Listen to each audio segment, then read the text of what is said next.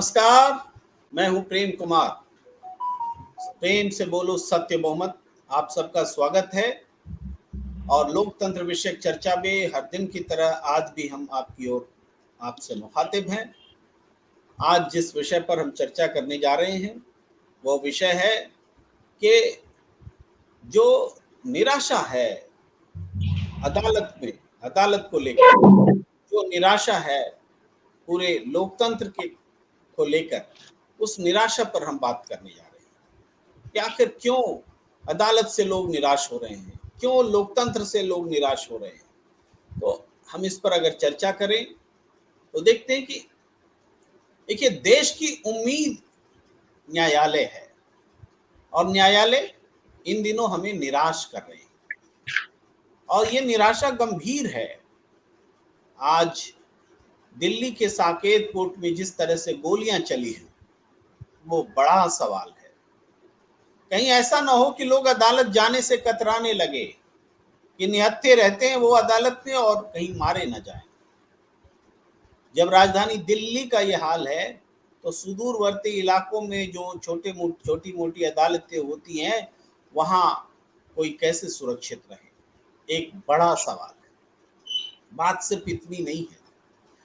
अदालत में 2-2.5 दशक तक मुकदमा चलने के बाद फैसला आता है कि सभी निर्दोष हैं और बरी कर दिए गए। अब वो चाहे नरोदा गांव का ताजा मामला हो या कुछ समय पहले मुजफ्फरनगर का मामला हो, सभी आरोपी बरी कर दिए गए, कोई गुनाह ही नहीं हुआ। मानो ऐसी घटनाएं पहले भी होती हैं, अभी ज्यादा होने लगी हैं। अदालत में आज गवाही देना मुश्किल हो गया है, गवाह की हत्या कर दी जाती है। अदालत में सरेंडर करने में डर लगता है, पुलिस कस्टडी में हत्या हो जाती है और पुलिस कब मुठभेड़ में मार दे ये तो एक अलग किस्सा है ही। तो इन बातों के इर्द गिर्द हम ये कहना चाहते हैं, जानना चाहते हैं कि ऐसा हो क्यों रहा है। क्या हमारे देश का जो प्रजातांत्रिक ढांचा है वो इन चीजों को रोक पाने में सफल नहीं हो रहा है? कोई बड़ी कमी है हमारे डेमोक्रेटिक सिस्टम में कि अब अदालतें भी निष्फल हो रही हैं या काम नहीं कर पा रही हैं, कि अदालत की जो कोई सुन नहीं रहा है? क्या है, ऐसा क्यों है? इस पर हम गंभीरता से बात करना चाहते हैं और हमारे साथ आपको हम परिचय करा दें। जुड़ रहे हैं हमारे सत्यदेव चौधरी जी, जो सत्य बहुमत पार्टी के नेता हैं, संस्थापक नेता हैं। आपने एक पार्टी बना करके डेमोक्रेटिक ताने बाने पर डेमोक्रेसी को लेकर एक चर्चा बीते 1 दशक से छेड़ रखी है। हमारे साथ जुड़े हैं आलोक शर्मा जी, जो अभी अभी स्क्रीन से आउट हो गए। हम इंतजार करेंगे तुरंत जुड़ने का, कोई तकनीकी दिक्कत है, हम उनका भी स्वागत करेंगे। और थोड़ी देर में हमारे साथ जुड़ने वाले हैं भारतीय जनता पार्टी के नेता आलोक वत्स जी, जो प्रवक्ता भी हैं, मुखर प्रवक्ता हैं, उनसे भी हम आपको परिचय कराएंगे। लेकिन बात शुरू करते हैं, अपने आप को अनम्यूट कर लें चौधरी साहब, आपसे शुरुआत करते हैं कि ये जो घटनाएं घटी हैं, लगातार घट रही हैं, इन घटनाओं में क्या ऐसा है कि ये निराशा आगे भी बढ़ेगी, देश अराजकता की ओर बढ़ेगा, और बढ़ेगा तो हमें चिंता करनी चाहिए कि नहीं करनी चाहिए? जी, धन्यवाद प्रेम जी। देखिए, ये बहुत ही गहरी चिंता का विषय है कि खुल्लम खुल्ला पुलिस की कस्टडी में पुलिस ने हथकड़ी लगा रखी है, फिर भी उन लोगों की हत्या हो रही है।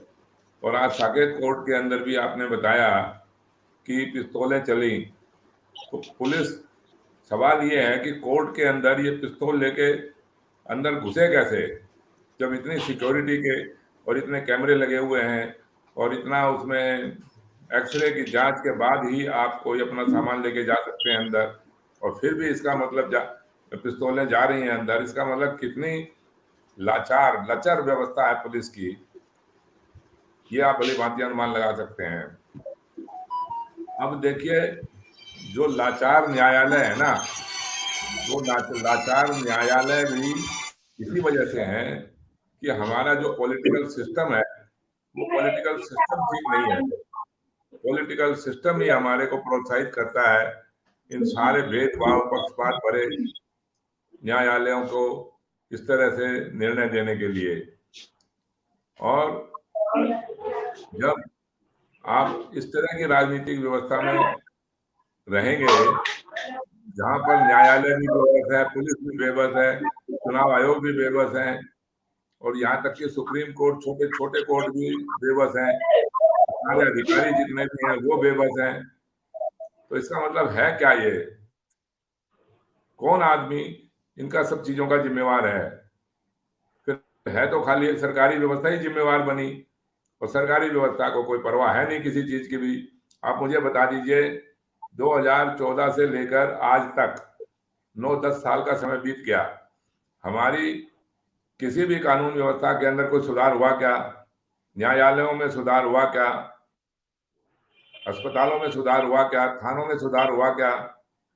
कितने ही न्यायालय बढ़े फिर भी मुकदमे बढ़ गए, कितने ही हॉस्पिटल बढ़े फिर भी रोगी बढ़ गए, और कितने ही थाने बढ़ गए उसके बावजूद भी अपराधी बढ़ गए। इसका मतलब यही हुआ क्षण भर के लिए आपको कि जो रोकना चाहते हैं चौधरी साहब, क्षण भर के लिए रोकना चाहते हैं। हमारे साथ जुड़ गए हैं आलोक वत्स जी, भारतीय जनता पार्टी के नेता और प्रवक्ता हैं और बहुत प्रबुद्ध हैं, विभिन्न विषयों पर खुले तौर पर विचार रखते हैं। आज हमारी आलोक वत्स जी से बात हो रही थी जब साकेत कोर्ट में घटना घट रही थी, और उन्होंने बहुत गंभीर चिंता जताई कि अदालत के भीतर भी जब गोलियां चलेंगी तो लोग अदालत जाने से कतराएंगे। सही मायने में चौधरी साहब, उसी समय मेरे दिमाग में वो विषय आया कि ये बहुत गंभीर बात है, और आज हमने इस विषय पर चर्चा करना शुरू किया।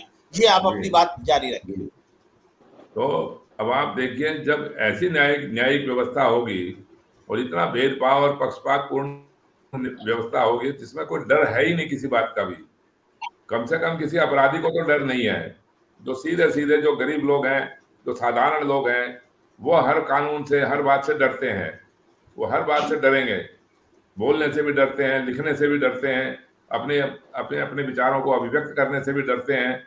ये पता नहीं कैसा वातावरण बन गया, कैसा न्याय, कैसा लोकतंत्र बन गया, जिसके अंदर हम अपने ही आदमियों से, अपनी ही सरकार से डरते हैं। हमारी सरकार हमारे लोगों को मार रही है, अपने ही लोगों को मार रही है, अपने कोर्ट, अपने न्यायालय, अपने थाने वाले, अपने पुलिस वाले। जी, हम लौटेंगे सत्यदेव चौधरी साहब आपके पास, थोड़ा सा आपको रोकते हुए और चर्चा को थोड़ा सबको शामिल करते हुए मैं अशोक शर्मा जी के पास आता हूं। लेकिन उससे पहले अशोक शर्मा जी, आप पास आने से पहले, चूंकि हमारे पैनल में दो राजनीतिक व्यक्ति हैं, एक सत्यदेव चौधरी जी जिनके विचार हमने सुने, और दूसरे आलोक वत्स जी, पहले उनकी राय ले लेते, तब आपसे तटस्थ राय के लिए आपके पास हम आते हैं। आप सीनियर जर्नलिस्ट हैं। आलोक वत्स जी, ये जो हम देख रहे हैं स्थिति बेकाबू हो रही है अक्रॉस द पार्टी लाइन, आप भूल जाइए कि आप किसी पार्टी लाइन में बंधे हैं, लेकिन ये तो आप नहीं भूल सकते कि आप जिस पार्टी से आते हैं वो सबसे ज्यादा राज्यों में और केंद्र में भी सत्ता में है। तो अब बीते लंबे समय से ये जो स्थिति खराब हुई है, अब यहाँ तक आप पहुंची है कि लोगों को अदालत जाने में डर लगने लगा है। ऐसा क्यों हो रहा है? जी देखिए प्रेम जी, किसी पॉलिटिकल पार्टी से जुड़े होने के पहले मैं भारत का एक नागरिक हूं, और भारत के एक नागरिक होने के साथ जो मेरी सोच और समझ है उसके तहत भी कुछ बातें मैं रखना चाहूंगा कि राजनीति किस ओर ले जा रही है समाज को, ये समझ में नहीं आ रहा है। मात्र सत्ता हासिल कर लेना किसी भी तरीके से ये सब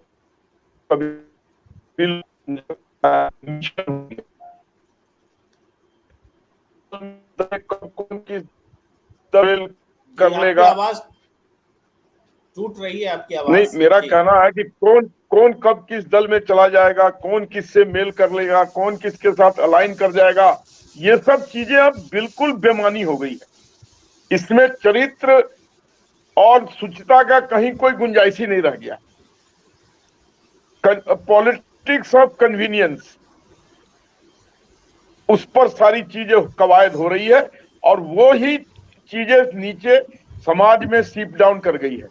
अब आप सोचिए, मैं संभवतः, आप भी बिहार के रहने वाले हैं, मैं भी बिहार का रहने वाला हूं, अपने गांव और मिट्टी से अभी तक जुड़ा हुआ हूं, चाहे दिल्ली में रहूं। अब आज साकेत दिल्ली के कोर्ट में दिन दहाड़े एक महिला को गोली मार दी और 2 को घायल कर दिया, क्योंकि उसके विरुद्ध दूसरी पार्टी का कुछ मसला था, कुछ पैसे का लेन देन था, जैसे मुझे बताया गया है। आप सोचिए कि जहां से मैं आता हूं, सीतामढ़ी और बिहार में, सीतामढ़ी और मुजफ्फरपुर और मधुबनी और दरभंगा में अगर कि वो लोग छान ले इस तरीके का करने का, तो वहां क्या होगा? सारी न्यायिक व्यवस्था घुटने पे बैठ जाएगी, कोई डर के मारे जाएगा नहीं वहां, कोई कोर्ट में जाएगा नहीं, कोई वकील बहस करने के लिए तैयार नहीं होगा। तो ये सारी चीजों को गंभीरता से सोचना होगा।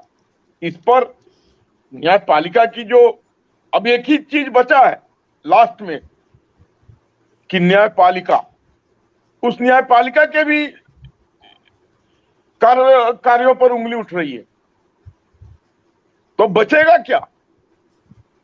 We will be left to counter. Alok ji, मैं आता हूं आपके पास फिर से, लेकिन आप जो बात कह रहे हैं, अब एक उम्मीद की जो जगह बचती है वो न्यायपालिका, वहां भी अब लोगों में नाउम्मीदी पैदा हो रही है। और हमने कहा भी, अशोक जी के पास आता हूं कि देखिए, आपको कोर्ट में गोलियां चल रही हैं, गवाह की हत्या हो रही है, पुलिस कस्टडी में हत्या हो रही है, और एनकाउंटर्स तो एक अलग मसला है। तो इन सब के बीच में अदालत जो है उन लोगों को नाउम्मीद कर रही है। क्या देश अराजकता की ओर बढ़ रहा है? जी अशोक जी। देखिए प्रेम जी, कार्यपालिका की यह हमेशा से कोशिश रही है वह न्यायपालिका को अपने वश में करके रखे। यह न्यायपालिका को कमजोर करने की जो कोशिश है, दरअसल वो लोकतंत्र को कमजोर करने की कोशिश है।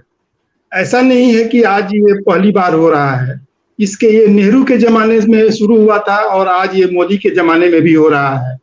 फर्क बस इतना है कि आज इसकी चर्चा ज्यादा हो रही है। वो इसलिए हो रही है कि ये दौर जो है वो मीडिया एक्टिविज्म का है, यानी मीडिया की जो सक्रियता है वह इतनी बढ़ गई है जिसके बारे में पहले कभी कल्पना नहीं की जा सकती थी। तो ये कहने की बात है कि आज जो दौर है, लोकतंत्र क्यों कमजोर हो रहा है? लोकतंत्र इसलिए कमजोर हो रहा है कि सरकारें अपने राजनीतिक एजेंडा को लागू करने के लिए जनता के अधिकारों में लगातार कटौती कर रही है। अब कल्पना कीजिए, 1951 में नेहरू ने जब संसद में पहला संविधान संशोधन विधेयक पेश किया था, तो उन्होंने कहा था कि, जबकि 15 महीना पहले ये संविधान बनकर तैयार हुआ था, जिसके बारे में सारे लोग प्रशंसा कर रहे थे कि अंबेडकर साहब ने, डॉक्टर राजेंद्र प्रसाद ने अपने बेशकीमती ज्ञान का इस्तेमाल कर संविधान का निर्माण किया था। लेकिन 15 महीने बाद उसी कांग्रेस की सरकार ने ये कह दिया कि मौलिक अधिकार जो हैं वो सरकार के राजनीतिक सुधारों के कार्यक्रम की राह में रोड़ा है, इसलिए उनमें संशोधन करना अनिवार्य है। तो आप बताइए कि राजनीतिक परिदृश्य और राजनीतिक सोच अलग है, और संविधान बनाने वाले निर्माताओं ने उनकी सोच अलग थी। वो जनता के बारे में सोचते थे, लेकिन सरकारें केवल अपने बारे में सोचती हैं और वो ये तय करती हैं कि किस चीज को लागू करने से ज्यादा वोट मिलेगा। ये वोट बैंक का मसला है, ये न लोकतंत्र का मामला है न जनता के हित का मामला है। अगर जनता के हित का मामला रहता तो संविधान संशोधन विधेयक तुरंत लाने की कोई जरूरत नहीं पड़ती। दरअसल हुआ क्या था, 1951 में तो मद्रास राज हुआ करता था। वहां के सालेम जेल में 22 कम्युनिस्ट कार्यकर्ता बंद थे। उन पर पुलिस पे आरोप लगा कि उन्होंने गोली मारकर 22 कम्युनिस्ट कार्यकर्ताओं की हत्या कर दी है। क्रॉस रोड्स नामक एक साप्ताहिक अखबार था जो एक कम्युनिस्ट विचारधारा के ही एक विद्वान लेखक उसका संपादन करते थे। लगातार उन्होंने इस विषय पर लिखना शुरू किया। सरकार को ये बात खलने लगी कि पुलिस की कार्रवाई जो हुई है या जो भी नैतिक हो अनैतिक हो, जो भी इसका कानूनी पक्ष रहा हो, लेकिन सरकार को इससे मुश्किल होने लगी। नतीजा क्या हुआ? क्रॉस रोड्स पर प्रतिबंध लगा दिया गया। ये नेहरू के जमाने की बात है, आज के मोदी के जमाने की बात नहीं है। लेकिन प्रधानमंत्री मोदी, जिनके कार्यकाल में पहली बार सुप्रीम कोर्ट के जजों ने जब कुछ अच्छा अनुभव नहीं किया तो प्रेस कॉन्फ्रेंस करके अपनी बात रखी है। भारत के इतिहास में पहली बार ऐसा हुआ था कि सुप्रीम कोर्ट के सिटिंग जजों ने प्रेस कॉन्फ्रेंस करके अपनी बात रखी। ये न्यायपालिका कार्यपालिका के बीच टकराव का सबसे बड़ा और गंभीर उदाहरण है। अगर कार्यपालिका इसी तरह से न्यायपालिका के साथ टकराव का रास्ता अख्तियार करती रही तो वह दिन ज्यादा दूर नहीं जब भारत का लोकतंत्र, आज खतरे की बात नहीं है, जब भारत का लोकतंत्र खत्म हो जाएगा और यहाँ एक अधिनायकवादी व्यवस्था शुरू हो जाएगी। बस इस बात की कल्पना कुछ ही वर्षों की बात है। अशोक जी, आपको अधिनायकवाद का खतरा नजर आ रहा है, कार्यपालिका भी और न्यायालय में तकरार दिख रहा है, और ये जो तकरार जो दिख रहा है इसको आप अतीत से लेकर अभी वर्तमान तक की तुलना करते हुए, उदाहरण रखते हुए रख रहे हैं। मैं अब सत्यदेव चौधरी जी के पास आना चाहता हूं। चौधरी साहब, ये बहुत गंभीर बात अशोक शर्मा जी ने कही। क्या लगता है आपको कि वाकई देश जो है अधिनायकवाद की ओर बढ़ रहा है? ये देखिए, और किसी बात की तरफ बढ़ रहा है या नहीं बढ़ रहा है, लेकिन निश्चित रूप से ये लोकतंत्र तो नहीं है। लोकतंत्र तो जो छोटा मोटा था भी पहले, वो 100% से भी अधिक समाप्त हो चुका है। ये लोकतंत्र नहीं है। और बात कर रहे थे भाई साहब कि वोटर के लिए ऐसा हो रहा है, तो आप ये बात को थोड़ा समझें कि वोटर तो इनको सत्ता बनाने के लिए चाहिए ही नहीं। आप कम वोट दे दें तो भी सत्ता बन जाएगी, ज्यादा वोट दे दें तो भी सत्ता बन जाएगी। वोटों का इसमें मिनिमम रिक्वायरमेंट या मैक्सिमम रिक्वायरमेंट है ही कहाँ। सत्ता में आने के लिए तो देखिए दबंगी और धनबली चाहिए। दबंगी और धनबली होने के बाद में वोट आए या ना आए, वो वोट तो हमेशा जैसे भी आएंगे आते रहेंगे। तो आप देखिए, इसको एक राजनीतिक रूप से समझिए। राजनीति के कारण ही ये अपराधी बनते हैं। इन अपराधियों की ऐसी क्या हिम्मत है कि कोर्ट के अंदर गोली चला दें या पुलिस वालों के सामने मर्डर कर दें या न्यायालय को भी कुछ ना समझें। ये अपराधी की हिम्मत नहीं हो सकती। ये अपराधियों की हिम्मत तभी होती है चौधरी साहब, ये हिम्मत क्यों आ रही है? राजनेताओं ने इसको संरक्षण दिया। तो जब राजनेता ही इसको अपराधियों को संरक्षण देंगे या अपराधियों को जन्म देंगे तो फिर कौन उसका खैरख्वाह कौन बनेगा? आम आदमी की तो वैल्यू क्या है? जो गरीब आदमी है, साधारण आदमी है, उनका क्या भाव है? उनका कोई मूल्य नहीं है। जी, आप एक ऐसी राजनीतिक व्यवस्था बनाइए जिसमें आपको एक ऐसा वातावरण बने। अब ये निर्दोष लोग तो डर रहे हैं, मारे जा रहे हैं, और जो दोषी लोग हैं, अपराधी लोग हैं, वो डरते ही नहीं है और गोली मार के भी जय श्री राम के नारे लगाते हैं। अरे श्री राम ने ये कहा था क्या या मंदिरों के निर्माण हम इसलिए कर रहे हैं कि गोलियां मारेंगे लोगों के ऊपर? तो वो दोषी है नहीं दोषी है, वो तो न्यायालय डिसाइड करेगा। उसको जो प्रक्रिया है सजा देने की या जो भी उसको जुर्माना करने की, वो करिए। कौन मना कर रहा है? एक आम पुलिस के सामने गोली मार के आप जय श्री राम बोलेंगे? ये तो हमारी सारी नैतिकता मर्यादा का सारा पतन हो चुका है। ये कोई सभ्यता नाम की चीज ही नहीं है। हम कैसे हिंदू धर्म की तो बात कर रहे हैं? मैं तो बहुत दुखी हूं। देखिए, आज की इन सारी बातों को देख के सुन के मेरा मन इतना विचलित है कि मैं अपने आप को किसी लायक भी नहीं समझ रहा हूँ इस समाज के अंदर कि हम क्या तो सुझाव दें, क्या बात करें लोगों के सामने। और इतने सब बलशाली होते। अरे भाई, जब आप सत्ता के शीर्ष नेतृत्व पे आ चुके, सत्ता का शीर्ष से शीर्ष, ऊंचे से ऊंचे पदों के ऊपर आपने सत्ता को 10-10 साल से भोग लिया और उससे पहले भी भोगा, और हो सकता है भविष्य में भी आप आए, तो क्या यही कर्म करने के लिए आओगे क्या? इसमें सुधार कैसे होगा? जी, सुधार की तरफ भी तो बात है ना, खाली कारण बता के छोड़ दिया। जी, मैं समाधान कैसे होगा? थोड़ी चर्चा कर लेता हूँ। आलोक वत्स जी के पास आता हूं। आपने व्यवस्था संबंधी भी बहुत सवाल खड़े किए हैं, सरकार से भी सवाल खड़े किए हैं और व्यवस्था कैसे बदलेगी इस बारे में भी आप चिंता जता रहे हैं। मैं आलोक वत्स जी, हम डेमोक्रेसी में जी रहे हैं, लेकिन ये कैसी डेमोक्रेसी है जिसमें जो अरबपति लोग हैं वही संसद में पहुंच पा रहे हैं, चुनाव बजट इतना बढ़ गया है, अपराधी तंत्र का इतना ज्यादा है कि अपराधी लोग चुने जा रहे हैं, आम आदमी का चुनाव में भाग लेना मुश्किल हो गया है।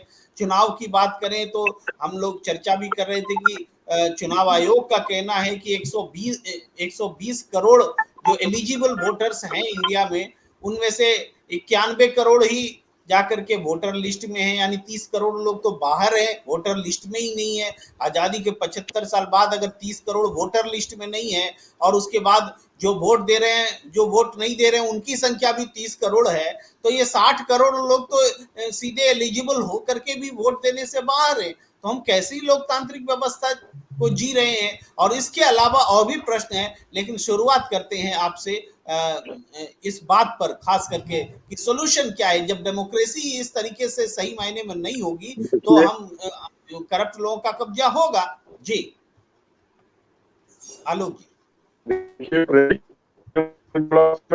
डाल दिया है मेरा इंट्रोडक्शन लीडर बीजेपी कह के। अगर आप एक आम आदमी के तौर पर शामिल करते तो ज्यादा बेहतर होगा कि मेरे बोलने की आजादी ज्यादा रहती, और मैं आज बोलूंगा भी उसी लिहाज से। देखिए, अभी उन्होंने कहा कि ये कैसी डेमोक्रेसी है। We are living under a undemocratic democracy. Democracy है किसके लिए? ये बड़े बड़े लोगों के लिए डेमोक्रेसी है, आम आदमी को के लिए तो कोई डेमोक्रेसी नाम की चीज है ही नहीं। और जिस तरीके से क्रिमिनल्स और धनबल, पशुबल, धनबल वाले जिस तरीके से राइट फ्रॉम मुखिया अप टिल पार्लियामेंट जिस तरीके से वो हावी है, क्या बिलीव करेंगे विमल जी या अशोक जी और सर कि मुखिया के चुनाव में 2-2 करोड़ रुपए खर्च हो रहे हैं, सभासद के चुनाव में 30-30 लाख खर्च हो रहा है। तो जो इतना खर्च करके आता है उसका पहला ध्येय होता है कि मैं सूद सहित इसको कैसे वापस करूं। जी। और जो क्रिमिनल हर पार्टी में थोड़ी देर में जी नहीं जो क्रिमिनल्स हैं हर पार्टी में पर्याप्त मात्रा में विराजमान हैं और विभिन्न पदों को सुशोभित किए हुए हैं, और हम लोग मूक दर्शक हैं। एक आम अच्छा नागरिक तो इन सब चीजों में पार्टिसिपेट करने की सोच भी नहीं सकता है। अगर सोचेगा तो उसको पार्टी नहीं टिकट देगी। उसकी योग्यता, शैक्षणिक, बौद्धिक, चारित्रिक योग्यता को नकार दिया जाएगा। उसकी धनबल कितनी मजबूत है, उसके साथ दूसरे तंत्र के लोग कितने मजबूत है, उसकी जाति कितनी मजबूत है, ये सारी चीजें उसको क्वालिफाई कराएंगी टू गेट अ टिकट। और कितना ज्यादा उसकी लॉबिंग तेज है ये भी आजकल मायने रखता है। तो ऐसी अच्छा देखिए, जिन पार्टियों ने स्वांग भरा कि हम बिल्कुल आदर्शवादी हैं और ऑनेस्ट हैं, आज वो पार्टियां भी लिप्त पाई गई विभिन्न एपिसोड्स में, विभिन्न चीजों में। तो आलोक जी, मैं इस हमाम में सब नंगे करता हूँ, चूंकि आपने एक क्लू दिया है, इस हमाम में सब नंगे। जी आलोक जी, आपने जो क्लू दिया है कि इस हमाम में सब नंगे हैं, जो ऑनेस्ट बन करके पार्टी आई वो भी तुरंत एक्सपोज होती दिख रही है, और सभी पार्टियों का ये हाल है कि जो टिकट भी जिसको मिलता है वो सही लोग नहीं होते, बाहुबली होते हैं, प्रभाव वाले होते हैं, जातिगत होते हैं, सब कुछ होते हैं। एक तो सत्यदेव चौधरी साहब बीच में कुछ हस्तक्षेप करना चाहते हैं तो मैं उनका हस्तक्षेप ले लेता हूं, फिर आपके पास सवाल लेकर आऊंगा कि ये सब हो क्यों रहा है। जी सत्यदेव चौधरी जी, आप कुछ कहना चाह रहे हैं? मैं आलोक जी की बात से बड़ी बेबाकी बात, ईमानदारी से इन्होंने बड़ी बेबाकी से अपनी बातें रखने का प्रयास किया, किसी भी राजनीतिक दल से प्रभावित ना होते हुए। मैं इसकी सराहना करता हूं, लेकिन इन सारी समस्याओं का अब जिम्मेवार कौन बनेगा? कोई तो जिम्मेवार बनेगा ना, तो न्यायालय जिम्मेवार बनेगा, ना पुलिस वाला जिम्मेवार बनेगा और ना ही गवर्नमेंट जिम्मेवार बनेगी। तो फिर तो इन सब चीजों की आवश्यकता ही नहीं है। सर, कोर्ट भी बंद अगर कर दो, अगर थाने भी बंद कर दो, जिम्मेवार गवर्नमेंट को भी ठहराए बंद कर बगैर दो। हम कोई विकल्प बता सकते हैं, सुझा सकते हैं, तो वो ज्यादा कारगर होगा कि हम किसी को जिम्मेदार ठहराएं। इसके बजाय हम सोल्यूशन बताएं, सोल्यूशन पर जाएं। आप मेरे से बात कर रहे हैं ना? जी जी। हाँ, तो मैं देखिए इसका समाधान के लिए मैं ये समझता हूँ कि राजनीति ही हमारी सारी समस्याओं का कारण है और राजनीति ही से ही इन सारी बातों का समाधान होगा। और इसके अंदर में मुख्य रूप से राजनीतिक होने से क्या चुनाव होने के बाद हमारे को बहुमत का पता ही नहीं है कि बहुमत से सरकार बनेगी। तो जिसके अंदर बहुमत की सरकार बनेगी कैसे यही नहीं पता, फिर भी हम चुनाव करवा रहे हैं, वोट डलवा रहे हैं और बहुमत से सरकार भी बना रहे हैं। ठोक के बोलते हैं जी कि हमने बहुमत से सरकार बना रखी है। कौन से बहुमत से उसकी क्या आवश्यकता है? उसके बदले में कोई और विकल्प नहीं बन सकता है क्या? जब हमने 75 साल से देख लिया कि ये सांसदों के बहुमत की राजनीति से ही सारी व्यवस्था अच्छी नहीं होती, दोषपूर्ण व्यवस्था है, अपराधी पैदा होते हैं, भ्रष्टाचारी पैदा होते हैं, तो इसके बदले में आप सांसदों के बहुमत के बदले में आप मतदाताओं के बहुमत से सरकार क्यों नहीं बनाना आरंभ कर देते? जिसको सबसे ज्यादा वोट मिले वो सांसद बना, जिस पार्टी को सबसे ज्यादा वोट मिल गए वो बहुमत से सरकार बना ले। तो अपराधियों को संरक्षण देना, भ्रष्टाचारियों को टिकट देना, पैसों से खरीद फरोख्त करना सांसदों की या टिकटों की, वो तो खत्म हो जाएगा ना।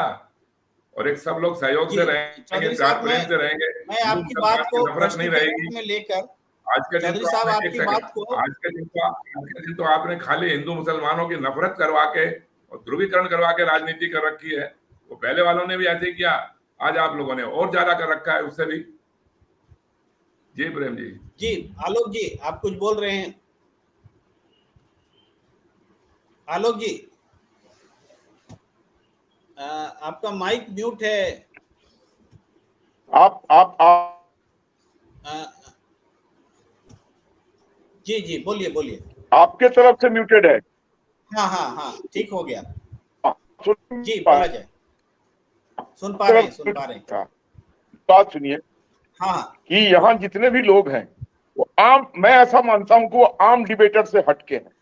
वो जो वहां पर गलछोटी होता है और हल्ला चिल्पो होता है तथ्यहीन, उससे बहुत ऊंचे स्तर का ये डिबेट है। ये देश के लिए डिबेट है, ये किसी पार्टी के लिए डिबेट नहीं है।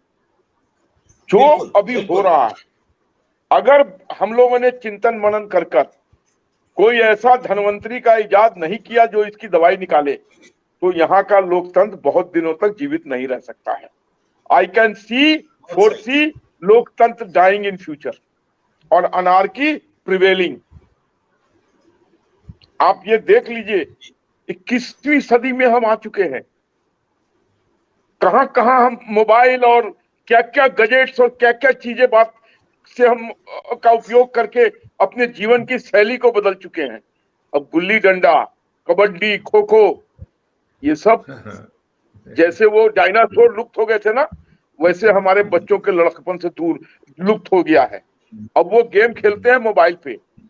और इस युग में हम जातिवाद के जहर को आत्मसात किए हुए हैं। क्या लालू यादव की पार्टी क्या है? माई समीकरण क्या है? यादव और मुसलमान। वही हाल उत्तर प्रदेश में है।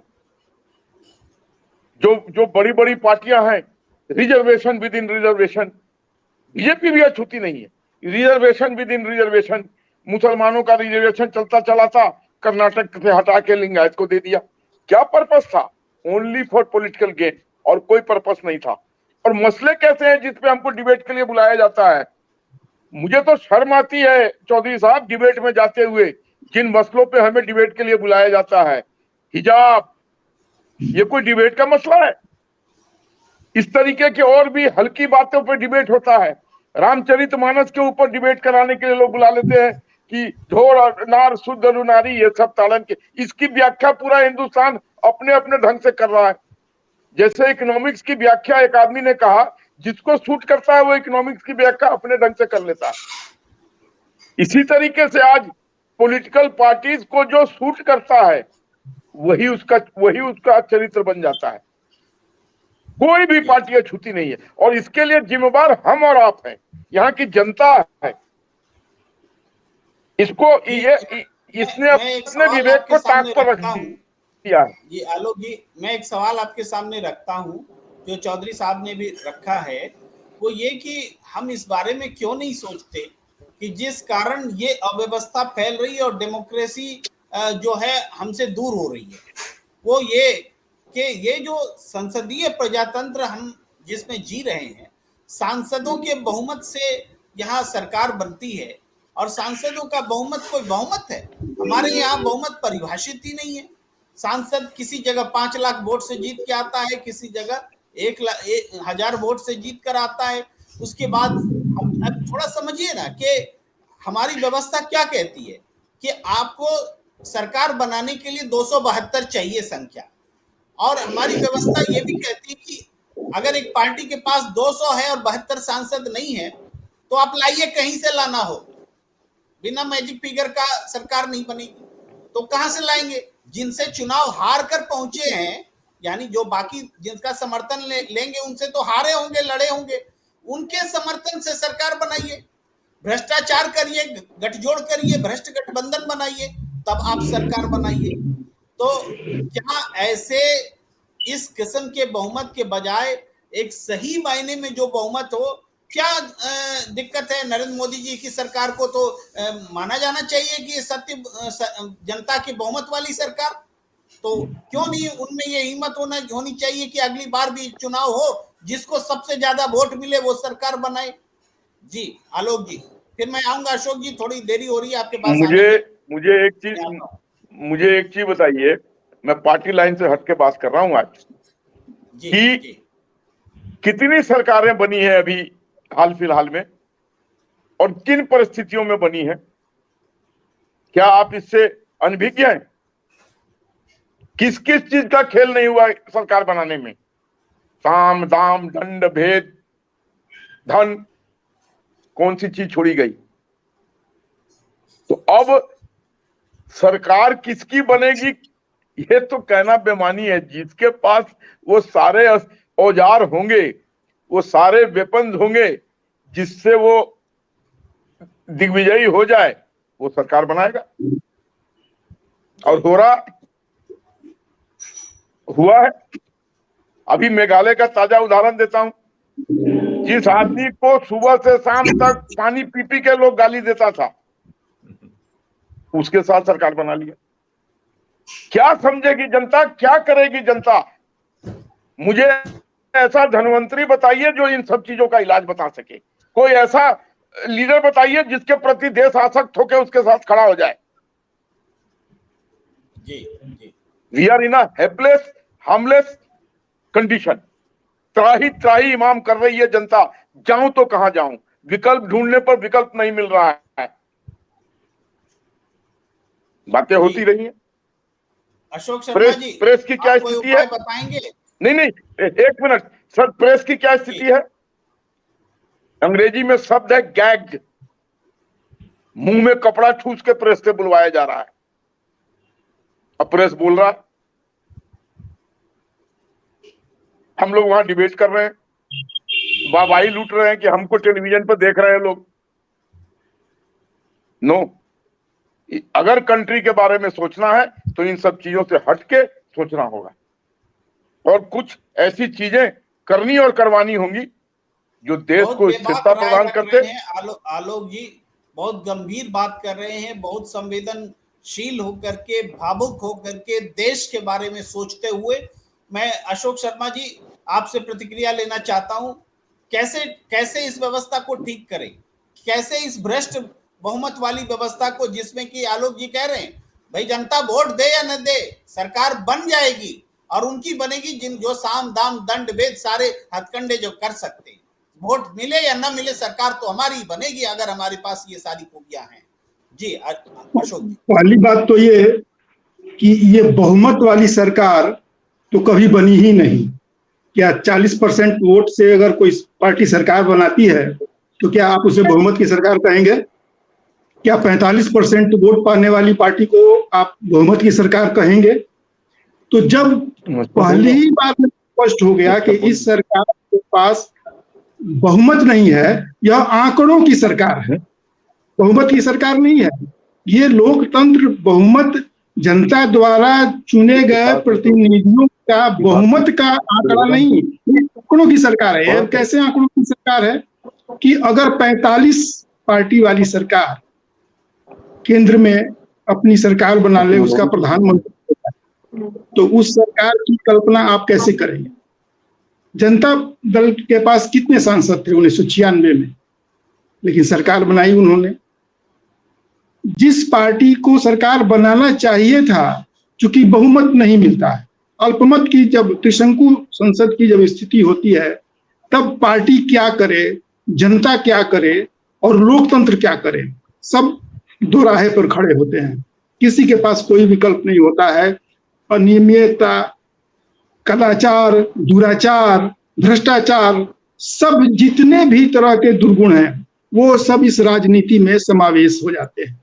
तो पहली बात यह है कि जनता जब तक एक बहुमत की सरकार, एक पूर्ण बहुमत की सरकार और मजबूत सरकार नहीं चुनती है, तब तक उसे इसी तरह के दुराचार वाली स्थिति में रहना होगा। हाँ, अगर कोई बहुत मजबूत सरकार भी हो जाए तो वह अभी लोकतंत्र के लिए बहुत अच्छा नहीं है।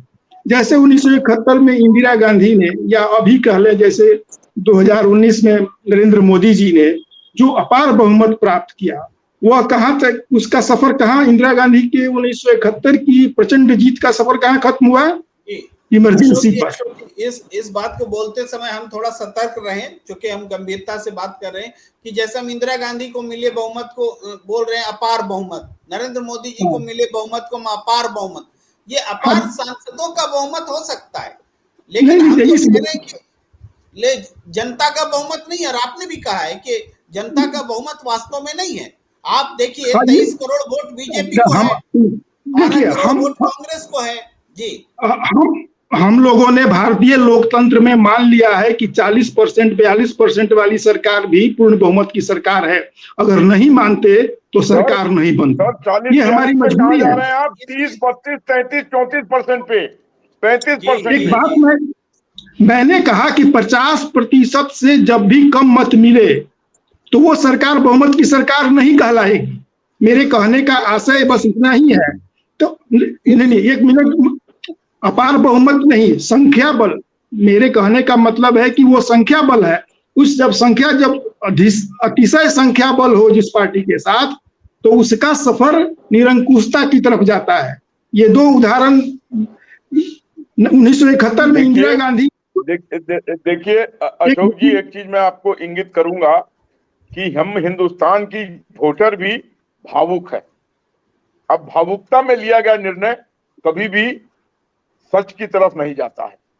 इसका देखिए प्रमाणिक उदाहरण है राजीव गांधी को इंदिरा गांधी की मृत्यु के बाद बगैर सोचे समझे कि राजीव गांधी हमारा प्राइम मिनिस्टर बनने योग्य है या नहीं है, लोगों ने शायद 400 के पार सीटें दी थी। इतना सीट आज तक किसी को नहीं आया। नरेंद्र मोदी के साथ किया 330 दिया। और लोकतंत्र के लिए, नहीं सुनिए एक मिनट मेरी बात, लोकतंत्र के लिए जितना जरूरी लोकतंत्र के लिए सरकार है, उससे ज्यादा जरूरी विपक्ष है। एक्सपोज, डिपोज, प्रपोज, ये 3 काम है जो विपक्ष को ईमानदारी से करने होते हैं। लेकिन आज कोई विपक्ष ही नहीं है, और जो है उसको विपक्ष कोई बनने नहीं दे रहा है। तो उस समय तो आपने कहा इमरजेंसी में घोषित इमरजेंसी थी, आज एक अघोषित इमरजेंसी में भी आप जी रहे हैं। है किसी मेरे कहने का आप एक मिनट मेरी बात सुन लीजिए, मैं अपनी बात पूरी कर लूं, फिर आप अपनी बात रखिएगा। आप जैसे, मेरे कहने का आशय ये है कि संख्या बल, ये बहुमत की सरकार नहीं है। तो मैंने पहली बार ही कह दिया कि 50% से अधिक मत किसी सरकार को नहीं मिले। तो जब नहीं मिले तो ये अल्पमत की सरकार है और अल्पमत की सरकार को हम लोगों ने अपना भाग्य विधाता मान लिया है। ये कैसे खत्म होगा? तो हमारा ये जो लोकतंत्र का जो मौजूदा स्वरूप है वही गलत है कि कोई प्रतिनिधि हमारे हित का या हमारी बात का संसद में प्रतिनिधित्व नहीं कर सकता। क्या आप राम जो है वो मोहन का प्रतिनिधित्व कर सकता है? हम लोगों ने एक व्यवस्था के लिए मान लिया। लोकतंत्र जो वास्तव में शासन पद्धति है वो एक छोटे परिकल्पना की पद्धति है कि जहां 10,000 20,000 लोग जमा हो और वो सरकार चुन ले, हाथ उठाकर खड़ा कर, जैसा कि स्विट्जरलैंड में होता है। तो लोकतंत्र का यही स्वरूप है कि आज खड़े हुए, आज गिनती हो गई और आज सरकार बन गई। लेकिन भारत जैसे देश में यह संभव नहीं है। तो यहाँ जो लोकतंत्र की परिकल्पना खड़ी की गई वह जो है वह व्यक्ति के हित में नहीं है। एक संविधान है, सब कुछ है, लेकिन अशोक जी आपकी बात आ गई। देखिए, आप एक तरफ ये कह रहे हैं कि बहुमत के बारे में आप जो एक बात कह रहे हैं ना कि 50% से ज्यादा वोट जिसको मिले वो बहुमत है, ये हमारी सोच में शामिल है। भाई हम बहुमत को परिभाषित करें और जरूरी नहीं है कि 50% से ज्यादा वोट मिले वही बहुमत हो, लेकिन जो भी परिभाषित करे वो जनता का बहुमत हो सकता है 30% मिले किसी पार्टी को, लेकिन वो जनता के वोट से वो बने। ये बीच में आपने सही कहा कि बीच में जो ये प्रतिनिधि आ गए वो जनता का प्रतिनिधि नहीं होते हैं सरकार बनाने के लिए, वो खरीद लिए जाते हैं, बेच लिए जाते हैं, वो करप्ट होते हैं, वो अपराधी होते हैं और जनता का प्रतिनिधित्व तो नहीं करते हैं और सरकार भ्रष्ट हो जाती है। आप सही कह रहे हैं, लेकिन हम इसको कह रहे हैं कि बहुमत का जो हमने कॉन्सेप्ट बना के रखा है कि 50% ही हो, ये जरूरी क्यों हो? जी, मैं जरूरी है। अगर आप देखिए, अगर 40% की वोट वाली सरकार बनती रहेगी, 30% की वोट वाली सरकार बनती रहेगी, तो 70% वाले लोग जो है इसी तरह से चिल्लाते रहेंगे और किसी के कानों पे कोई जू नहीं रहेगा। ये 70% वाले लोग कभी नहीं सुने जाएंगे, जिनके बारे में कभी कोई सवाल नहीं करेगा। ये 30% वाले लोग हैं और ये अपनी ही बात करेंगे।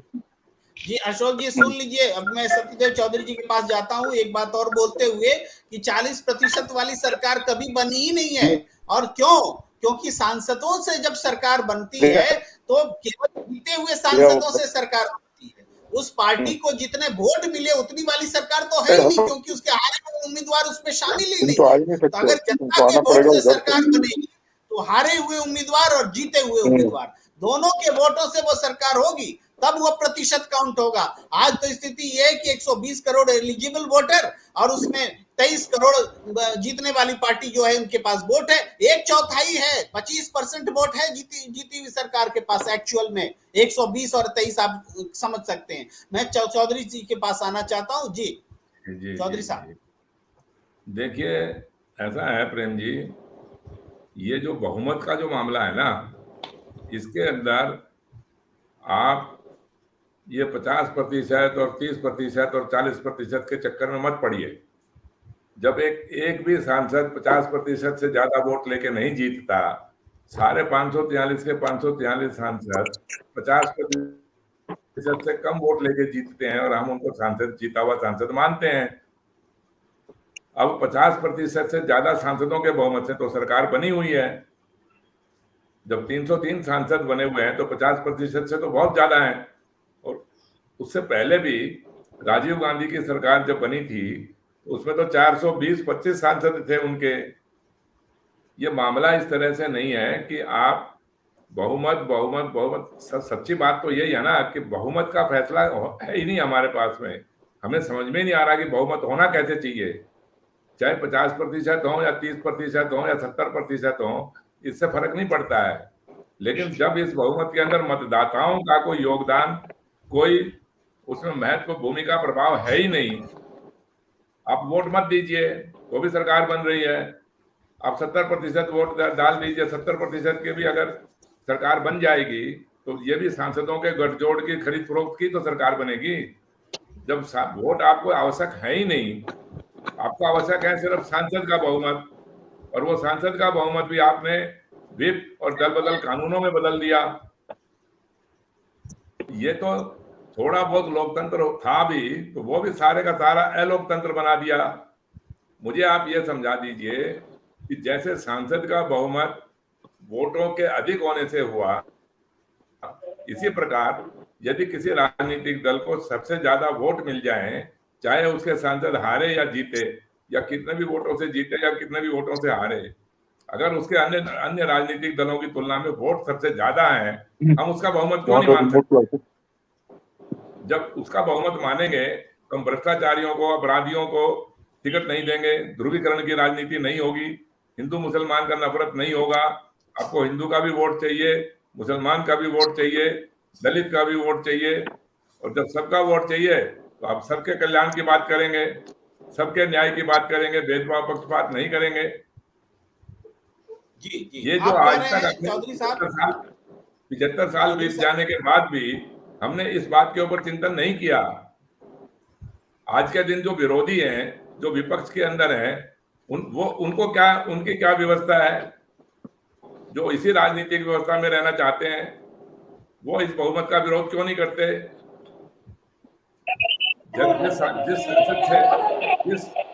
जिस संसद से उनको न्याय नहीं मिलता, जिस संसद के अंदर उनको बोलने नहीं दिया जाता, जिस संसद के अंदर उनको बिना किसी गलती के भी उनके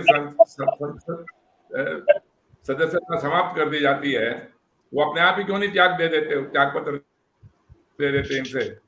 अपने आप ही सारे सारे संसद, सारे विपक्षी सांसद हट जाएं और एक बहुमत की बात करें पहले, कि भाई आप ऐसे बहुमत से सरकार बनाएंगे ही नहीं कभी भी। इसके ऊपर चिंतन क्यों नहीं करते? यह सारा मामला मूर्ख बनाने का है मतदाताओं को, और जानबूझकर मतदाता भी मूर्ख बने हुए हैं। मतदाताओं के पास भी पता नहीं क्या व्यवस्था है, वो इसके ऊपर चिंतन नहीं करते। आप बहुमत की बात करिए। जी जी सत्यदेव चौधरी जी, मतदाताओं को अगर जिम्मेवार बनाना बात है, कह रहे हैं, मतदाताओं मैं के अपने बहुमत से साथी सरकार बनाइए। पैनलिस्ट तक उस बात को थोड़े से संक्षेप में रखता हूं कि आप कह रहे हैं कि जो बहुमत हो वो परिभाषित हो और जनता के बहुमत वाली सरकार हो। बीच में कोई सांसदों के बहुमत वाली सरकार जब रहेगी तो वही होंगे जो आज तक होता रहा है। सरकारें आप बदलती रहिए, और लेकिन सरकार जो भी बनेगी वो गलत तरीके से सांसदों की खरीद फरोख्त, जोड़ तोड़, उस आधार पर बनेगी। अगर जनता के बहुमत वाली सरकार बने, वो बहुमत 50 हो 40 हो, ये एक अलग मुद्दा हो सकता है, लेकिन सबसे ज्यादा वोट जिस पार्टी को मिले उसकी सरकार अगर बनेगी तो वो जनता के प्रति सीधे उत्तरदायी होगी, और जनता जाहिर है अधिक वोट पाने की व्यवस्था होगी तो जाति भेद से भी ऊपर उठना पड़ेगा। जी आलोक जी, आप अपनी राय रखें, मैं आखिरी राउंड में हूं। एक मिनट मैं थोड़ी सी बात करना चाहता हूं प्रेम जी। ये बहुत सही बात कहा चौधरी जी ने भी, अशोक जी ने। ले लूं आपका प्रेम जी? हाँ जी बिल्कुल, आप जी हाँ आज जो विपक्षी हैं, वो विपक्षी भी क्या चाहते हैं? वो भी तो इसी फिराक में है ना, किसी तरीके से भी हमारे हाथ में बाजी आए और हम थोड़े से सांसदों को जोड़ के, चाहे 70 पार्टियों को जोड़ के हम बहुमत में आके सरकार बना लें, फिर वो कौन सी राजनीतिक व्यवस्था सुधार देंगे? सबकी चाहत वही है। क्या इसकी कोई विपक्षी घोषणा करता है कि भाई अगर हम विपक्षी सारे सरकार बना लेंगे तो हम बहुमत का फैसला इस तरह से कर देंगे? किया किसी ने? नहीं। वो भी जोड़ तोड़, साठ गांठ, खरीद फरोख्त की राजनीति से ही सरकार बनाना चाहते हैं, और इसीलिए इस समस्या का समाधान नहीं हो रहा। समस्या का समाधान तभी होगा जब आप मतदाताओं के बहुमत से सरकार बनाएं। प्रेम जी। जी आलोक जी, अपनी बात रखें। बिल्कुल सही कहा चौधरी जी ने, अशोक जी ने, कि मेजोरिटी नहीं आ पाती है। 30, 32, 38, 40% तक जाके सरकार बन जाती है। 60% वाले होते हैं और रोड नापते रह जाते हैं। ये सही है कि एक पर्टिकुलर परसेंटेज से ऊपर जब आप जाएं तो आपकी सरकार होनी चाहिए, और कुछ रूल बने कि जो आदमी के जीवन में शुचिता नहीं है, किसी भी तरीके से दागी है, उसको टिकट ना मिले, और जनता अगर उसको टिकट दे भी दे लोग तो जनता वोट ना करे। जनता भी उतना ही दोषी है जितना पॉलिटिकल पार्टियां। आपने अतीक अहमद को एमपी किसने बनाया? एमएलए किसने बनाया? जनता ने। बिहार में सूरज भान को किसने बनाया? या अनंत सिंह को किसने बनाया? हम और आप थोड़ी बना दिए, वो जनता ने बनाया। अगर जनता बिकेगी, जनता जात पर जाएगी, तो भोगे जो भोग रही है। एक कहावत है कि एक आदमी का घर जल रहा था, दूसरे आदमी का नहीं जल रहा था, तो उसको संतोष था। ऐसे संतोष को दुष्ट संतोष कहा जाता है। और आज हिंदुस्तान की जनता दुष्ट संतोष में जी रही है कि मेरी जाति का आदमी जीत गया। अरे देश का क्या हुआ ये सोचो, देश कहां जा रहा है ये सोचो, देश में कितनी विषमता फैल रही है ये सोचो। तुम्हारी जाति का जीत गया, तुम बहुत खुश हो। ये दुष्ट संतोष खत्म करो, आत्म संतोष लाओ, तभी देश आगे बढ़ेगा, तभी हिंदुस्तान आगे बढ़ेगा, तभी सौहार्दपूर्ण वातावरण बनेगा, तभी राम राज्य की स्थापना हो पाएगी। नहीं तो ये सारी बातें कोरी रह जाएंगी और लोकतंत्र खत्म हो जाएगा, हम अनार्की में चले जाएंगे। और इस देश के, हो सकता है हमारी जीवन तक नहीं, चौधरी जी के जीवन तक नहीं, आपके जीवन तक नहीं, अशोक जी के जीवन तक नहीं, बाद में इसके टुकड़े टुकड़े हो जाए। जिसको जो चाहेगा मजबूती से वो अपना राज्य या अपना देश स्थापित करके अपनी मनमानी करेगा। ये भविष्य होगा इसका। मैं आज बता रहा हूँ। एक भयावह तस्वीर आलोक जी रख रहे हैं। अगर हमने लोकतंत्र को नहीं संभाला, अगर जनता के बहुमत वाले सही मायने में डेमोक्रेसी को हम आगे नहीं ले जा सके। जी अशोक शर्मा जी, आखिरी कमेंट। देखिए, राजनीति में तमाम विकृतियां हैं, इस बात को स्वीकार करने में कोई हिचक नहीं है, लेकिन इतना याद रखिए कि भारत में लोकतंत्र चाहे जिस स्वरूप में आज है, अगर वह जिंदा है तो इसके लिए भारत का संविधान सबसे बड़ा ध्वजवाहक है, सबसे बड़ा संबल है। 1973 में केशवानंद भारती विवाद में सुप्रीम कोर्ट ने फैसला दिया था कि संविधान के मौलिक ढांचा में बदलाव नहीं किया जा सकता है। इसके बाद से ही यह तथ्य लागू हो गया कि कोई भी सरकार चाहे कितनी मजबूत हो, उसमें इंदिरा गांधी की सरकार थी, लेकिन वह भी इस बाध्यता को मानने के लिए मजबूर हुई कि संविधान के मूल ढांचा में कोई सरकार संशोधन नहीं कर सकती है। और तब उन्होंने क्या किया कि सुप्रीम कोर्ट के जज को ही अपने मनोनुकूल लाने के लिए 3 जजों के वरीयता को छलांग लगाकर एन राय को चीफ जस्टिस ऑफ इंडिया बना दिया था। तो खैर, ये लोकतंत्र में, शासन में, सरकार में जितनी भी तरह की अनियमितताएं हैं वो चलती रहती हैं, लेकिन भारत का लोकतंत्र जिंदा है, यह हमेशा जिंदा रहेगा। आम आदमी बस इसमें ही भरोसा रखता है, और आम आदमी इस बात में भरोसा रखता है कि भारत में न्यायपालिका जब तक मजबूत है, लोकतंत्र कमजोर हो सकता है लेकिन उसको कोई मार नहीं सकता है।